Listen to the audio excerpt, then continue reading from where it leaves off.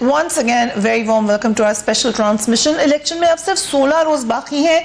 Election मुहिम में यकीनन तेजी आ चुकी है, डेवलपमेंट्स भी हो रही है, पॉलिटिकली बहुत हाई टेम्परेचर पर है इस वक्त माहौल और गर्मी भी बहुत ज्यादा है, मगर उसके बावजूद पॉलिटिकल कैंपेन जारी है। आज दोबारा हम पाकिस्तान के दो अहम हलकों का जायजा लेंगे। सबसे पहले कराची का हल्का NA 244 और उसके बाद हम मुल्तान चलेंगे जहां का हल्का NA 158। दोनों बड़े अहम हलके हैं, दोनों की जो अहमियत है उस पर भी बात करेंगे, लेकिन पहले बात होगी कराची की, क्योंकि कराची जैसे कि हम बार बार कह रहे हैं इसलिए बड़ा इंटरेस्टिंग है कि वहां पे अभी तक ओपन फील्ड है। हमें अभी तक कोई आइडिया नहीं हो रहा कि ये शहर जो कि पहले हेविली प्रो MQM होता था अब ये किस तरफ जाएगा। लोगों के लिए बहुत ज़्यादा मौके हैं अपनी पसंद का कैंडिडेट देखने के लिए। ये हल्का इसलिए बड़ा स्टार स्टडेड हम दोबारा कहेंगे है क्योंकि इसमें साबिक वजीर ख़जाना मिफ्ता इस्माइल यहाँ से कॉन्टेस्ट करे हैं, जाने पहचाने हैं और अपनी कैंपेन बड़े भरपूर तरीके से रन करते हुए नजर आ रहे हैं। साथ ही साथ तहरीक इंसाफ का भी एक बड़ा नून फेस है अली जैदी, जो कि पहले आपको याद होगा कि पिछले इलेक्शंस में भी बड़े सरगर्म रहे हैं। अली जैदी ने लास्ट टाइम कॉन्टेस्ट किया था रशीद गोडेल साहब के मुकाबले में, उसके बाद धांधली का इल्ज़ाम लेके वो आगे तक गए थे। फिर जिस वक्त बल्दियाती इंतखाबात हुए थे उस वक्त अली जैदी हेड करे थे उस कैंपेन को और उन्होंने बड़े इल्ज़ाम लगाए थे MQM पर कि उन्होंने फिर धांधली कर ली जब वो जीत गए थे लोकल बॉडीज में। इस दफा MQM के रऊफ सिद्दीकी मद मुकाबले हैं इस हल्के से। Rauf Siddiqui again is a very known face, so बड़ा जैसा कि हमने कहा स्टार स्टडेड है, आपके जाने पहचाने लोग हैं इस हल्के में, इसलिए बहुत ज्यादा इंटरेस्टिंग भी है। क्या क्या चीदा फैक्टर्स हैं NA 244 के? Let's watch this report.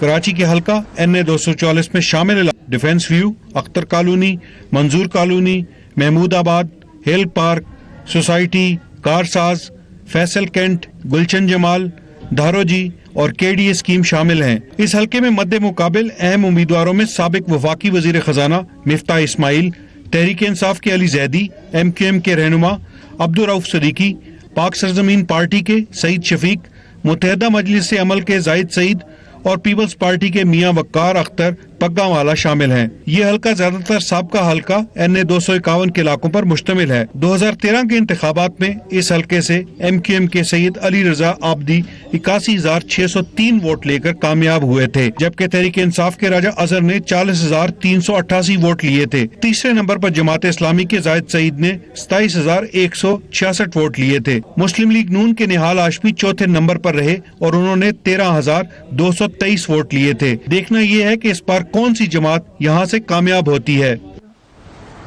देखना यह इस दफा कौन सी जमात यहाँ से कामयाब होती है। लोग तमाम के तमाम मैदान में हैं, कैंपेन जारी है। हम आपको ये भी दिखाते हैं कि हमारे रिपोर्टर जब गए वहां पर उन्होंने लोगों से पूछा कि वो क्या समझते हैं, उनके इलाकों के मसाइल क्या हैं, वो किसके लिए वोट करेंगे, तो क्या कहा, लेट्स वॉच दैट। हम मौजूद है कराची के हल्के NA 244 में, जहां कोई एक मसला नहीं बल्कि ये पूरा इलाका मसाइलिस्तान बना हुआ है। यहाँ के मकीन काफ़ी परेशान है, खुद इन मकीनों से जानते कि इनके क्या मसाइल है। ये हल्के NA 244 से आप बताइएगा इस इलाके में क्या क्या मसाइल है?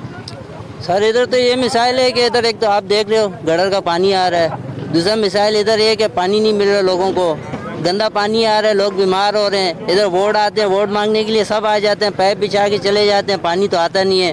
हर बुजुर्ग है वो परेशान है, बुजुर्ग औरतें हैं वो परेशान है, हर इंसान परेशान है। बस पानी का मसला है, पानी का मसला हल करें, रोड अच्छे करें, लोगों को सहूलत दें और वोट अपने आगे लेके जाए। जो वोट लेने के लिए आएगा पहले इस पानी के अंदर हम लोग उसको घड़ोते रहेंगे, बाद में उनको जो है ना अंदर वोट देंगे। जो पानी का मसला हल करेगा, रोड हल करेगा, उसको हम वोट देंगे। बाकी जो हमारा मसला हल करेगा उन्हीं को वोट मिलेगा। ठीक है, यार आप बताना, आप स्टूडेंट हो, आपको क्या किन मसाइल का सामना हल्का NA 244 में क्या क्या देख रहे हो आप, क्या क्या मसले हैं यहाँ पर? बस सारी उम्र यही देखा है, पानी का मेन मसला है और तो यहाँ कुछ है नहीं। रोड पे बस ये बातें करते करते रोड डलेगा, ये डलेगा, अभी तक नहीं रोड डले, कुछ भी नहीं हुआ।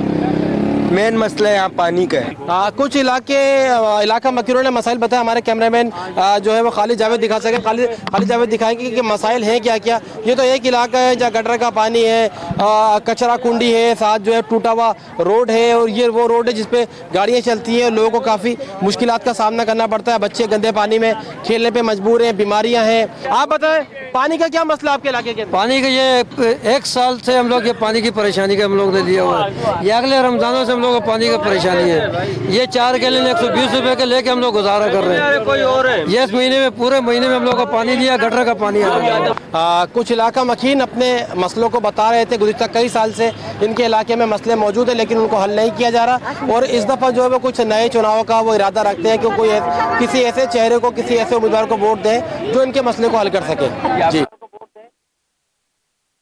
इम्तियाज चांडियो साहब, ब्यूरो हेड कराची, हमारे साथ मौजूद है। Thank you so much for being on this program. Chandio sahab, NA 244 माजी में तो MQM का राज रहा है यहाँ पर, इस बार क्या होने जा रहा है आपकी नजर में? पीपल्स की बात करें तो वहाँ भी पीपल्स पार्टी की पोजीशन थोड़ी सी बेहतर नजर आती है, लेकिन जो NA का कौमी असेंबली का हल्का है उस पर इस वक्त MQM और पीपल्स पार्टी दो बड़ी जमातें अगर आप कहें तो उनका जरूर इस वक्त जोर शोर है। लेकिन MQM ये लगता है कि MQM का उम्मीदवार यहाँ से शायद एक बार फिर जीत जाए, क्योंकि तहरीक इंसाफ, और आप इससे अंदाजा करें कि जो मुस्लिम लीग नून के रहनुमा हैं इस्माइल मुफ्ता साहब, वो खुद भी अपनी पार्टी पॉलिसी के खिलाफ जाकर नए सूबे की बात कर रहे हैं कराची शहर में। इससे अंदाजा करें कि वो क्या किसको अटैक करना चाह रहे हैं। नए सूबे की बात करें और जो उन्होंने कैंपेन वहां पे रन की है उसमें वो लग रहा है बड़ी कराची सेंट्रिक है, वो नेशनल इश्यूज की बात नहीं कर रहे हैं या नवाज शरीफ साहब या मरीम नवाज साहबा का जिक्र नहीं है ऑब्वियसली, क्योंकि वो कराची में सेल नहीं करेगा। जी, क्योंकि मुफ्ताज इस्माइल साहब का अपना तजुर्बा भी नहीं है इलेक्शन सियासत का, लेकिन वो अपने वोटर्स पे धोखा कर रहे हैं। फॉर्मर मिनिस्टर है, वो तजुर्बा तो है उनको सियासत का। आप कह रहे हैं कैंपेन उनके लिए पहली दफा है?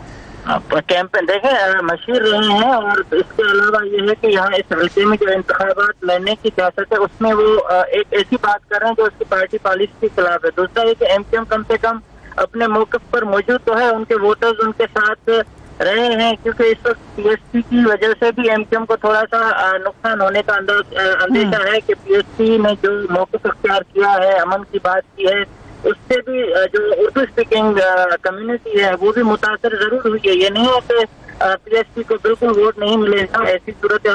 लेकिन इस वक्त जो इस खास हल्के की आप बात कर रही हैं जहाँ MQM और जो PTI है वो पावरफुल पोजीशन में नजर आ रही हैं, जबकि नून लीग के जो उम्मीदवार है वो इरफानुल्लाह मरवत की हिमायत ले रहे हैं, क्योंकि जहाँ उनको इस हद तक की सूरत हाल है कि इरफानुल्लाह मरवत जो GDA के उम्मीदवार हैं और मुस्लिम लीग नून छोड़ चुके हैं, वो उनकी हिमायत लेने पर मजबूर हुए हैं। यही इससे अंदाजा करें कि इस हल्के की क्या सूरत हाल होगी। जहाँ तक बुनियादी मसाइल हैं वो तो पूरे कराची समेत वो तो तमाम की तमाम है कि इसके ऊपर हम इन डेप्थ बात करते हैं चांडियो साहब, क्योंकि जहाँ भी जाएं मसाइल कराची के सुनकर इंसान का दिल खून के आंसू होता है कि इतना बड़ा शहर और बेसिक मसले वहाँ पर लोगों को हैं, पानी का मसला, दीगर कचरा नहीं कोई उठा रहा, जो बेसिक आपका राइट है।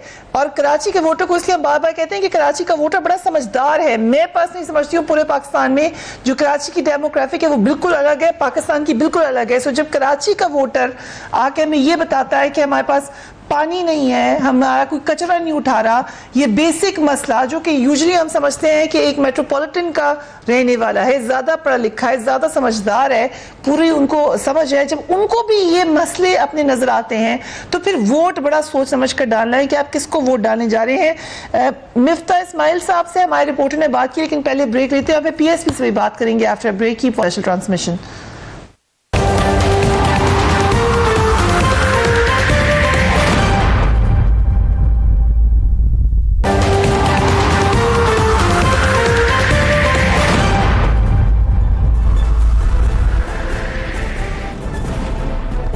And welcome back. PMLN के मिफ्ता इस्माइल की कैंपेन कैसी चल रही है? Let's watch that.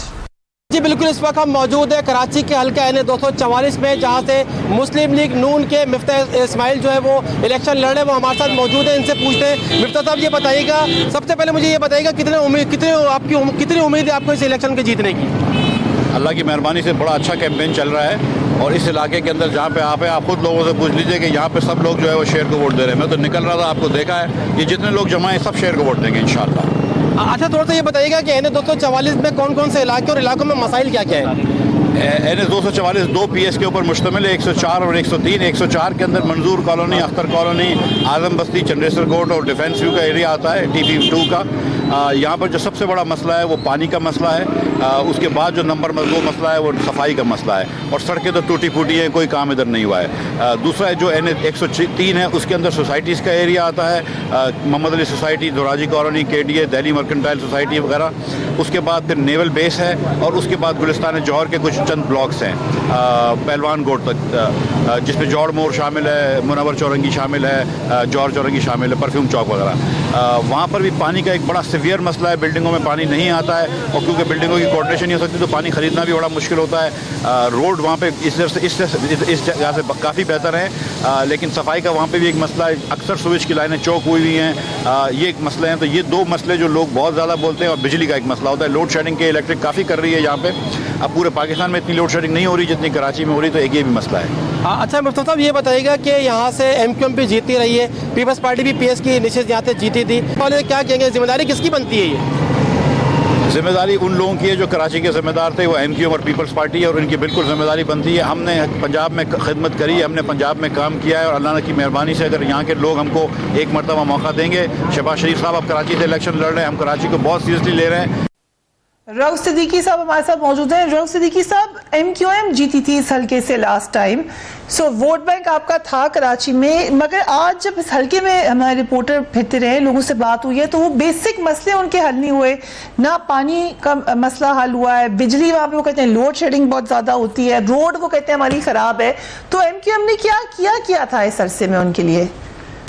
देखिए, बात सिंपल है, बड़ी सादा सी है, और ये कोई रॉकेट साइंस नहीं है समझने के लिए।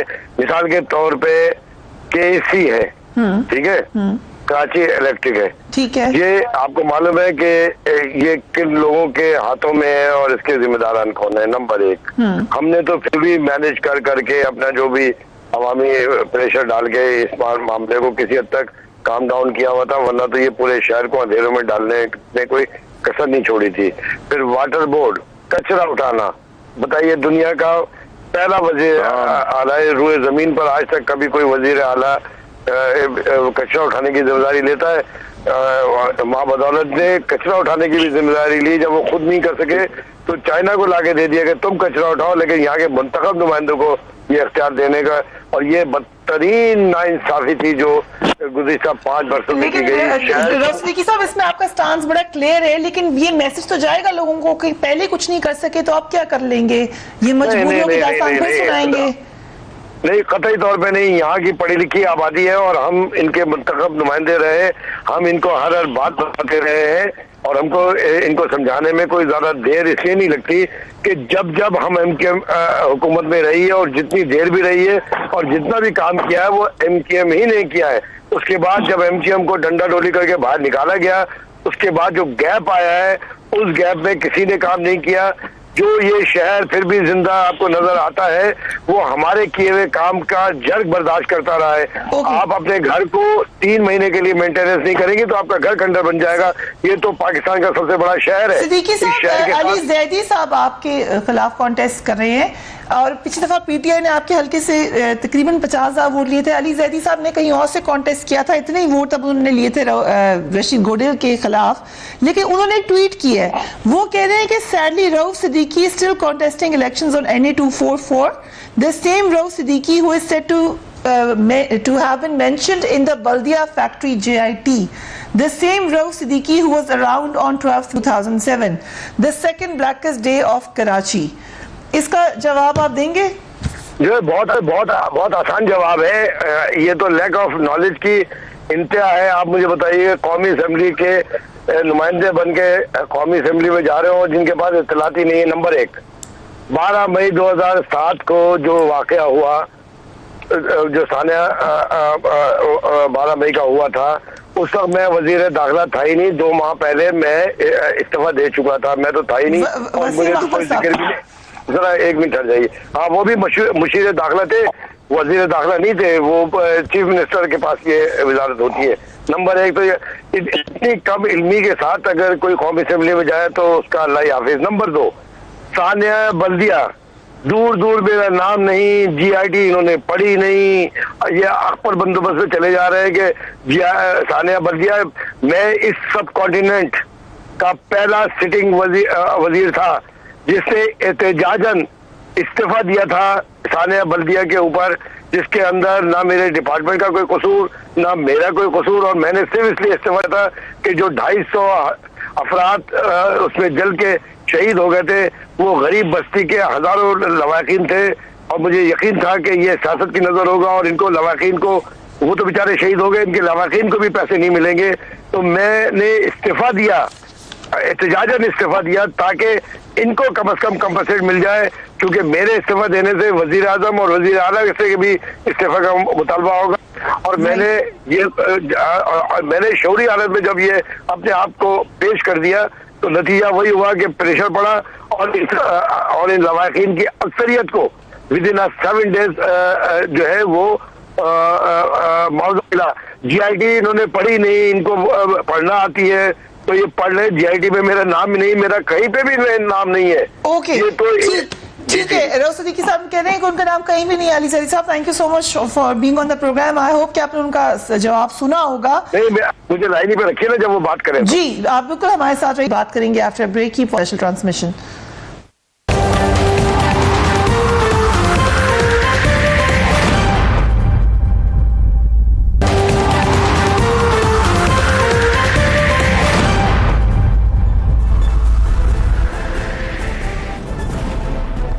And welcome back. Ali Zaidi साहब वो कह रहे हैं उनका नाम है, फिर आपने कैसे ट्वीट कर दिया। दूसरा 2013 में तहरीक इंसाफ 40,000 वोट हासिल कर चुकी है यहाँ से। इस बार कितने वोट्स लेने हैं आपने? इसका भी जवाब दूंगा मैं, इसका भी जवाब दूंगा मैं। जी अच्छा जी, फरिया, पहली बात तो ये है कि ये बड़ी इंटरेस्टिंग बात है और मैं बिल्कुल ये ठीक रऊफ भाई की बात से मैं 100% एग्री कर रहा हूँ कि मैंने JIT नहीं पढ़ी। ठीक, इन्होंने पढ़ी है JIT, और अगर पढ़ी है तो कैसे पढ़ी है?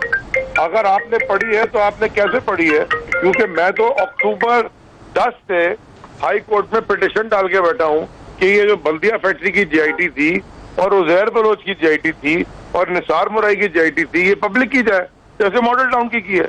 तो ये तो किसी ने भी नहीं पढ़ी। अगर आपने पढ़ी है तो जरा ये बता दें कि किस कैपेसिटी में आपने पढ़ी है JIT और आपके पास कहाँ से आई? ओ तो फरिया, आप बात पूरी सुन लेना वरना फायदा नहीं। मैंने ट्वीट की है ना, मैं I stand by my tweet. अब मैं आपको कितने अखबार दिखा दूं? आप सिर्फ गूगल, मैंने कहा इट इज सेड अपेरेंटली, मैंने तो नहीं पढ़ी। अपेरेंटली का मतलब आपको पता है ना, ट्वीट पे वर्ड है। आप अभी गूगल खोलिए और पढ़िए जाके अखबारों में क्या आ रहा है इनके बारे में लिखा हुआ। अगर ये गलत और झूठ आ रहा है लिखा हुआ, जो कि हो सकता है कि गलत और झूठ है, तो इनको चाहिए था कि उस अखबार के ऊपर लॉ सूट करते। मेरा नाम कोई लिख के दिखा दे पाकिस्तान में किसी अखबार में लिख के दिखाए कि मेरे ऊपर, मैं उसको ऐसा लॉ सूट करूंगा यहाँ भी हर जगह पे।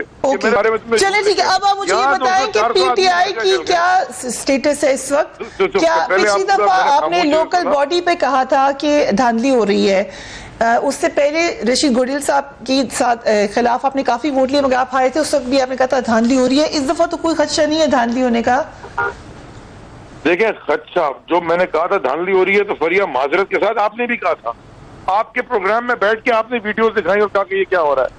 जब हमने धांधली 2013 के इलेक्शन की, ठीक है ना? 2014 में जब हमने धरना दिया, I was sitting on your program not once but more than twice. Yes. You showed videos and you asked कि ये धांधली नहीं है तो क्या है? You will have, वो आपके आर्काइव्स में होंगे प्रोग्राम। तो धांधली तो सारे पाकिस्तान को पता है। मैंने ये नहीं कहा था, लेकिन आप सही करें 2013 में नहीं कहा था, वो आपने कहा था, लेकिन अभी तो नहीं हो रही ना, वो तो चले माजी हो गया। ओहो, अभी इलेक्शन हुआ नहीं है तो मैं नजूमी तो नहीं हूँ, लेकिन from the looks of it ऐसा लगता है कि इस दफा लॉ एनफोर्समेंट सीरियस है। लॉ एनफोर्समेंट ने जो भी मीटिंग्स हुई हैं और सब कैंडिडेट्स की हुई हैं, RO साहब ने भी उस दिन बुलाया हुआ था ईस्ट के सारे कैंडिडेट्स को, जो भी मीटिंग्स हुई हैं वो लगता ये है कि इस दफा अंदर और बाहर फौजी खड़ा होगा और धांधली जो भी करेगा उसके साथ सख्त से सख्त सजा होगी। आपको कहाँ टाइम देगा रऊफ सिद्दीकी या मिफ्ता इस्माइल या PSP, किसको आप समझ रहे हैं कि मुकाबला आपका उनसे? इस दफा कराची का इंटरेस्टिंग है इलेक्शन बहुत ज्यादा, इसलिए कि कोई भी जमात ये क्लेम नहीं कर सकती ना, ये पहली दफा हुआ है कि MQM जो है उनके कैंडिडेट 2-2, 3-3 जगह खड़े हुए। ठीक है जी, ठीक। इस वक्त कोई भी जमात ये क्लेम नहीं कर सकती कि वो मैंडेट ले जाएगी पूरे कराची का, एक्सेप्ट हम इसलिए ये कंफर्टेबल लग रहे हैं क्योंकि हमारी कैंपेन चल रही है और हमारे इस दफा हम बहुत ज्यादा प्रिपेयर्ड हैं। और लास्ट टाइम जो हमारे साथ धांधली हुई थी और जो वोट रिजल्ट चेंज हुआ था वो हम इस दफा होने नहीं देंगे, क्योंकि हमारे हमारी तैयारी है, पोलिंग एजेंट्स, ट्रेनिंग, ये सारा कुछ हम कर बैठे हैं। राइट। बात सारी ये है कि ये इलेक्शन कमीशन का काम है, ये इलेक्शन कमीशन ऑफ पाकिस्तान का काम है कि इंश्योर करे कि जो भी वोट मिले, चाहे मुझे मिले, चाहे मिफ्ता साहब को मिले, चाहे रऊफ भाई को मिले, जिसको मर्जी मिले, जिसको मर्जी मिले, कि वो उसके मैंडेट की हिफाजत करे। ठीक है। ये इलेक्शन कमीशन तो आर्मी के बगैर तो इलेक्शन नहीं करा सकता। राइट। रऊफ सिद्दीकी साहब, यही सवाल आपसे भी है कि MQM यकीनन अब मुख्तलिफ हिस्सों में है, वही जो एक MQM होती थी अब मुख्तलिफ हिस्सों में है, इसका कितना? पहले मेरे सवाल का जवाब रऊफ भाई से जरूर लीजिएगा। कौन सा सवाल? GIT कैसे पढ़ी उन्होंने? GIT कैसे पढ़ी? मैंने जज ने नहीं पढ़ी तो उन्होंने कैसे पढ़ ली हाई कोर्ट की? ठीक है, fair question ji.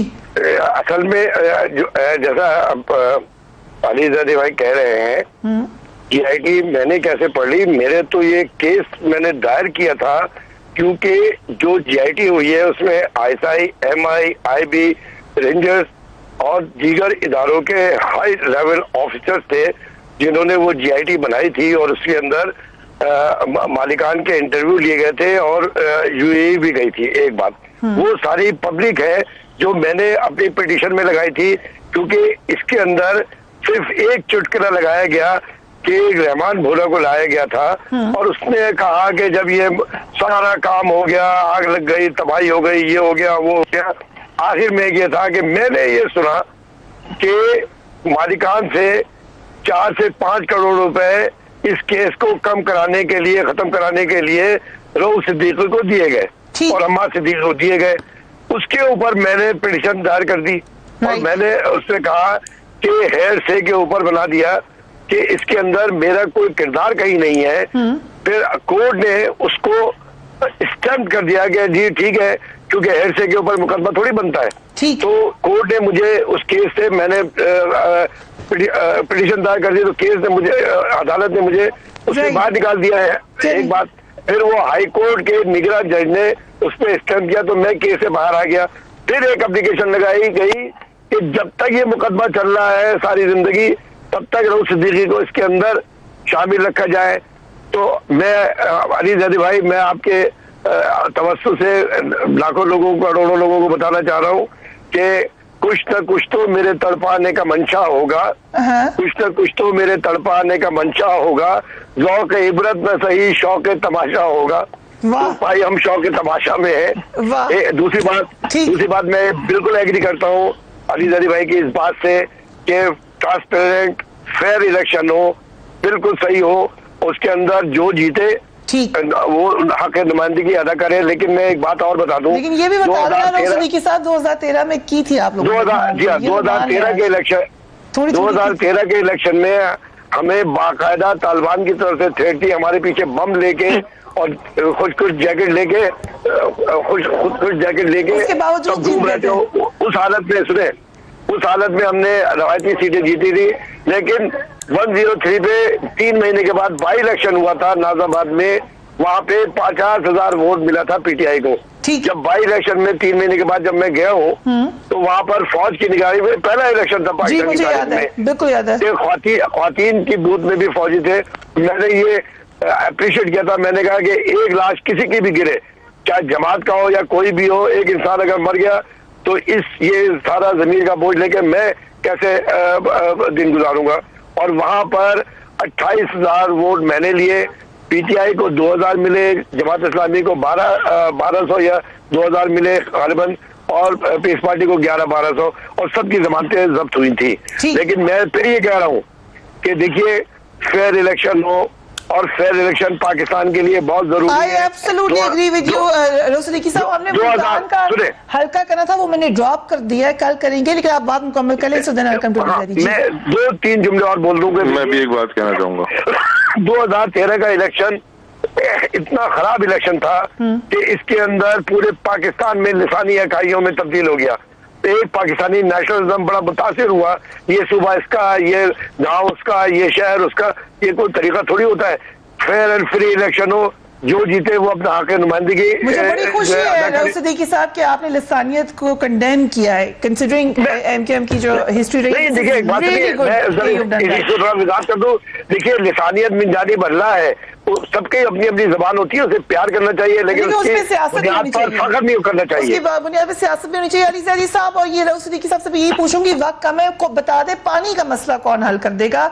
I think जो माजी में हुआ, पास्ट में हुआ, उससे ज्यादा लोगों को इंटरेस्ट इसमें है कि हमें पानी कौन दिलाएगा, ये बता दें। देखिए ये बिल्कुल आपका ठीक सवाल है, लेकिन मैं जरा पहली वाली बात में जरा थोड़ी सी एडिशन कर दूं। आपने मेरी ट्वीट का जरूर जिक्र किया, उस ट्वीट के नीचे एक वीडियो है जो कि एक साहब हैं जो कि एक कराची के अंदर एक चेंबर के वो प्रेसिडेंट हैं और वो बैठ के एक प्रेस कॉन्फ्रेंस में बात कर रहे हैं। अगर आप वो ट्वीट के साथ वो जो वीडियो है वो भी सुनाती तो शायद फिर अच्छा होता। वो वीडियो उसके साथ लगा हुआ है, यू कैन स्टिल प्ले जो मैंने ट्वीट की है। नाउ जो पानी का मसला है, 2 जुमले मैं बोल देता हूँ जी अली भाई माजरत के साथ। मैं तो खाली कह रहा हूँ कि क्लियर करें चीजें, मैं और क्या कह रहा हूँ। मैंने ये भी कहा है, मैंने तो ये भी कहा है एक शो में कि मेरी रहू भाई से बड़ी चीज दोस्ती है, हमारा बड़ा अच्छा सलाम अलैकुम, लेकिन ये नाम लगते हैं तो बिल्कुल सही है ना। मैं सिर्फ 2 जुमले बोल दूं। वो कैप्टन मुईज साहब की एक मूवी थी, वो इंटरव्यू था उनका दिखाया गया और उसमें ऐसे बदतरीन गंदे गंदे इल्जाम लगाए। अच्छा मैं तो उनको जानता था कि नॉर्थ इंडस्ट्रियल जोन के थे, तो उसमें कमाल साहब और हारून रजा साहब बैठे हुए थे और वो कह लगा रहे थे और वो बोल रहे थे। मैंने अपनी मिनिस्ट्री में 25 करोड़ तमाम इंडस्ट्रियलिस्ट को दिए कि आप खुद ही काम करो, खुद ही टेंडर करो, खुद ही करो और बनाओ। उसमें वहां पर ये वाकया हुआ कि पता चला कि ये चेयरमैन थे, इन्होंने अपने बेटे को 2.5 करोड़ की दीवार बना दी। वो सारे इंडस्ट्रियलिस्ट मेरे पास आके वो मैंने कार्रवाई की थी। अच्छा मुझे याद भी नहीं था। ये वहां पे बैठकर 90 पे फोन करते थे कि राव भाई से कह के चाय पीने आ जाए, ये मतलब इसी तरीके से हर एक के साथ तस्वीरें खिंचाना। अच्छा उन्होंने प्रेस कॉन्फ्रेंस की तो मैंने सोचा, मैंने कहा यार मैंने घर पे बुला के ये 3-3 करोड़ रुपए लेते हैं, रिश्वत देते हैं। मैंने कहा तो मैंने टीवी पे आके कहा कि जनाब ये तो अपना पसीना किसी को ना दे, हम तो इनको जानते हैं, ये 3-3 करोड़ रुपए रिश्वत दे रहे हैं। दूसरी बात मैंने ये कही थी कि ये अपने बच्चों को लेके आ जाए, सर पे कुरान रख दे, मैं भी अपने घर को लेके आता हूँ कुरान। मैंने कहा खाए कसम कि इन्होंने 1 रुपया भी मुझे रिश्वत के तौर पे दिया हो या मुझे यानी प्यार मोहब्बत में भी दिया हो तो कसम खा ले। फिर मैं हाई कोर्ट चला गया, हत्या के इज्जत का दावा दायर कर दिया मैंने। और मैंने कहा हाई कोर्ट में केस है, 4 प्यार पेशी हो गई आदमी से। मैंने बुजुर्गी का एहतराम करके मैंने कहा यार बूढ़े आदमी अब इनको क्या कहूँ कि ये पता नहीं किस उसमें बैठे हुए हैं हर जगह चक्करों में। वक्त खत्म हो रहा है, वक्त खत्म हो रहा है। अली ज़ैदी साहब आपकी तसल्ली हो गई, वो उन्होंने जो बयान दिया आपकी जो मैं देखें जी मेरा सिर्फ कहने का मकसद ये है जी कि देखिए मैं सिर्फ वो चीजें बता रहा हूँ जो कही जा रही हैं। ठीक है। अब मेरे बारे में अगर कोई ऐसी बात अगर टीवी के ऊपर बैठ के कहते अच्छा किया अगर उन्होंने लॉ सूट किया उनके ऊपर, ये तो अच्छी बात है और आखिर तक लेके जाना चाहिए। मेरे बारे में एक साफी ने गलत बात की थी, मैंने उसी दिन अगले दिन लॉ सूट भेजा। तो ये थोड़ी तरीका है किसके। और जहां तक आपने पानी की बात की, देखें कराची में नलके में पानी नहीं आ रहा, टैंकर में पानी आ रहा है, पानी की चोरी बंद करें। ठीक, वक्त खत्म हो गया gentleman, thank you so much. क्योंकि ये बड़ी इंटरेस्टिंग डिबेट हो गई। जो यहाँ से वोट डाल रहा है वो उसके बारे में हमें जरूर अपना फीडबैक दे, जो नहीं डाल रहा वो भी जरूर फीडबैक दे। वोट सबने जरूर डालना है। मीनवाइल जो हम ये प्रोग्राम्स कंटिन्यू कर रहे हैं 10 बजे की हमारी स्पेशल ट्रांसमिशन में, आप लोग हमें कॉल्स भी कर सकेंगे from tomorrow. So do make a call और बताएं कि आप अपने हल्के में क्या मामला देख रहे हैं, या हमारे फेसबुक पर मैसेज छोड़ दें। अपने घर वालों का ख्याल रखिए। अल्लाह हाफ़िज़।